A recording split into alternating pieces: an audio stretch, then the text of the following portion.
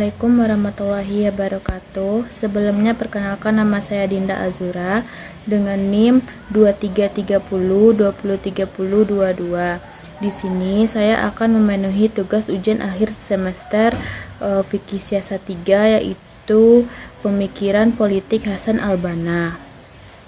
Al-Banna lahir pada 1324 atau 1906 Masehi. Beliau meninggal dunia pada tahun 1368 Hijriah atau 1049 Masehi. Lahir di sebuah desa bernama Mahmudaniyah, Provinsi Al-Buhairah, Mesir. Dibesarkan dalam keluarga yang taat beragama. Ayahnya bernama Syekh Ahmad Abdurrahman Al-Banna, seorang penghulu, imam masjid dan guru. Ia anak pertama dari 5 bersaudara. Ia belajar di sekolah pemerintahan dan di masjid. Salah seorang guru yang berperan dalam membantu kepribadian dan intelektualnya adalah Syekh Mahmud Zahra. Pemikiran dasar politik Hasan Al-Banna. Hasan Al-Banna disebut-sebut sebagai non-salafi dengan pemikiran 3 pandangan dasar, yaitu pertama, Islam adalah sebuah sistem komprehensif yang mampu berkembang sendiri. 2. Islam memancarkan dari 2 sumber fundamental, yaitu Al-Quran dan Hadis. 3. Islam berlaku untuk segala waktu dan tempat. Hasan Al-Banna lebih mendukung status logis dari preferensi pendidikan dan sekaligus menyusun suatu perubahan moralitas Islam yang komprehensif. Karena menurutnya sejarah panjang kehidupan manusia membuktikan betapa banyaknya generasi yang hancur akibat lemahnya pendidikan iman dan moral yang diberikan kepada anak. Dalam pandangan Hasan Al-Banna, keutamaan Islam bagi umat manusia dengan memberikan metode yang tepat dapat sempurna bagi pendidikan rohani, pendidikan generasi, pembentukan umat, dan pembangunan budaya, serta penerapan prinsip-prinsip kemuliaan dan mahdaniyah. Al-Banna membagi fase pembinaan dalam 3 tingkatan, yaitu 1. Fase pengenalan seluruh lapisan masyarakat, 2. Fase pembentukan kader atau merhala al-takwin, dan 3. Fase realisasi atau merhala an-tanfiz. Dalam tulisannya yang bertajuk Mustaqituna fi Daun Nizam al-Islami atau problematika dalam perspektif sistem Islam, Hasan Al-Banna menyatakan dengan jelas minoritas non-muslim yang menjadi warga negara ini diajari kesempurnaan ilmu tentang bagaimana mencapai ketenangan hidup, keamanan, keadilan, dan persamaan hak secara penuh dalam menjalankan seluruh ajaran agamanya. Konsep yang diajukan Al-Ikhwan Al-Muslimun ini yang kemudian dijadikan rujukan oleh banyak organisasi sesudahnya mengalami dinamika aktualisasi dari waktu ke waktu. Berikut ini akan dipaparkan esensi dialog tersebut. Pertama, Hasan Al-Banna sejak semula telah berusaha keras menarik kekuatan orang-orang Qitbi ke Mesir ke dalam barisannya. Keinginannya untuk bekerja sama dengan mereka didasarkan atas persepsi bahwa masing-masing golongan merupakan bagian dari umat dan mempunyai hak untuk dihormati dan dicintai. Kedua, menjalin ikatan dengan orang yang mempunyai hubungan personal dengan simbol-simbol Qitbiyah.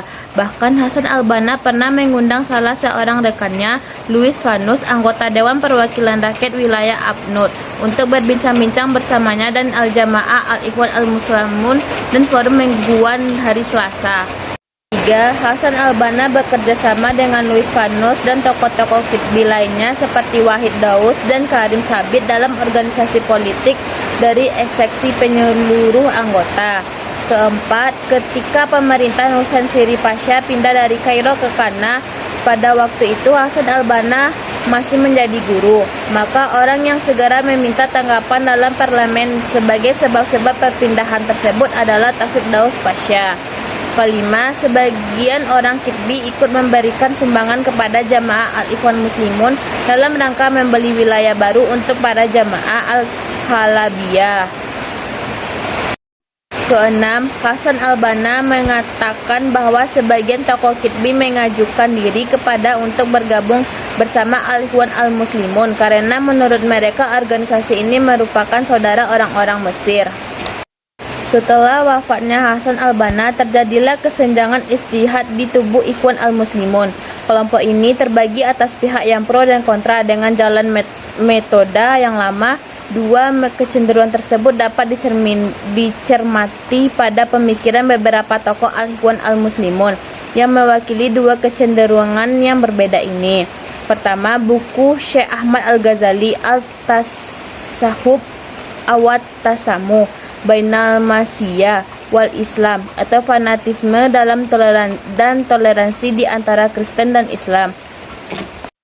Kedua, pemikiran yang menyimpang dari jalan pertama yang diwakili oleh Syed Qutb dengan buku Fi Zilalil Quran, di bawah lindungan Al-Quran. Sikap Al-Banna terhadap peradaban Barat. Peradaban Barat tidak mendapat tempat, bahkan tidak dapat kompromi dalam pemikiran Hasan Al-Banna. Menurutnya, Barat yang mempunyai tingkat kemajuan dalam ilmu dan teknologi sesungguhnya mempunyai dasar yang kropos. Ketinggian ilmu dan teknologi yang dimiliki hanyalah sebagai bom waktu, sebuah kehancuran dalam dirinya sendiri. Penemuan-penemuan ilmiah dan sistem Barat yang materialis murni tidak memberikan kesejukan dan ketentraman bagi pemiliknya. Semua hasil peradaban Barat telah tercangkup dalam sistem Islam, maka menurutnya tidak perlu takjub dengan hasil produk peradaban Barat. Konsistensi Hasan Al-Banna dibuktikan dengan tetap tegak pada sikapnya saat para ulama lain mulai membuka diri dengan tetapnya perjuangan wacananya. Peradaban Barat yang materialistis bertentangan dengan nilai-nilai rohani dan akhlak dalam Islam. Konsep Wataniyah Hasan Al-Banna. Al-Banna sangat menentang konsep pemetaan kebangsaan dalam negara.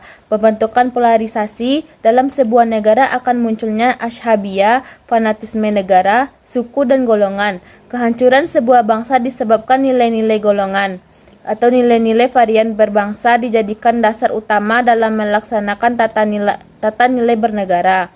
Oleh karena itu, konsep Wataniyah yang dimaksud adalah kelompok masyarakat yang menetapkan persaudaraan, gotong royong, disiplin, dan bertemunya dengan kelompok lain merupakan kesatuan.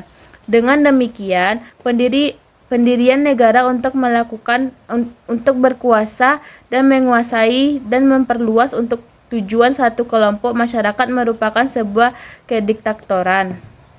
Gambaran Wataniyah yang dikehendaki Al-Banna adalah sebagaimana ungkapannya, setiap jengkal tanah di atas muka bumi yang ada di dalamnya ada saudara kita yang beragama Islam, maka ia adalah sebagian dari tanah Islam yang dengannya setiap putra Islam wajib berbuat demi menjaga dan menguburkannya. Konsep Khalifah Islamiyah Hasan Al-Banna. Hasan Al-Banna menilai bahwa khalifah merupakan rukun atas berlangsungnya pemerintahan Islam. Ia menandaskan bahwa langkah-langkah menuju Khalifah Islamiyah wajib dilaksanakan dengan menguatkan barisan keluarga, sehingga kemampuan umat Islam benar-benar tangguh dalam membentuk Khalifah Islamiyah. Konsep Jihad Hasan Al-Banna.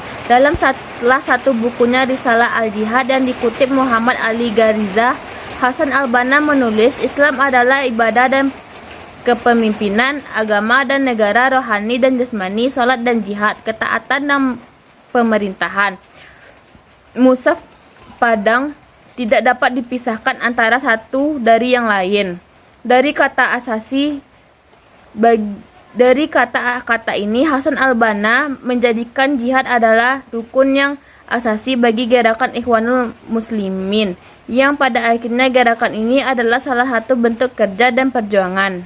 Kesimpulannya adalah sesungguhnya tidak akan mengubah keadaan suatu kaum sehingga mereka mengubah keadaan diri sendiri. Konsep Al-Quran ini menjadi pegangan gerakan Hasan Al-Banna. Dalam pemikirannya, ia memberikan metode gerakan, yaitu dalam bentuk pembinaan, pengembangan, dan penyebaran. Terlepas dari kontradisi bagi pemikiran terutama dalam memahami nilai-nilai Islam substansi, Hasan Al-Banna adalah mujahid yang menjadi bagian khazanah intelektual muslim yang terus dikaji pemikirannya.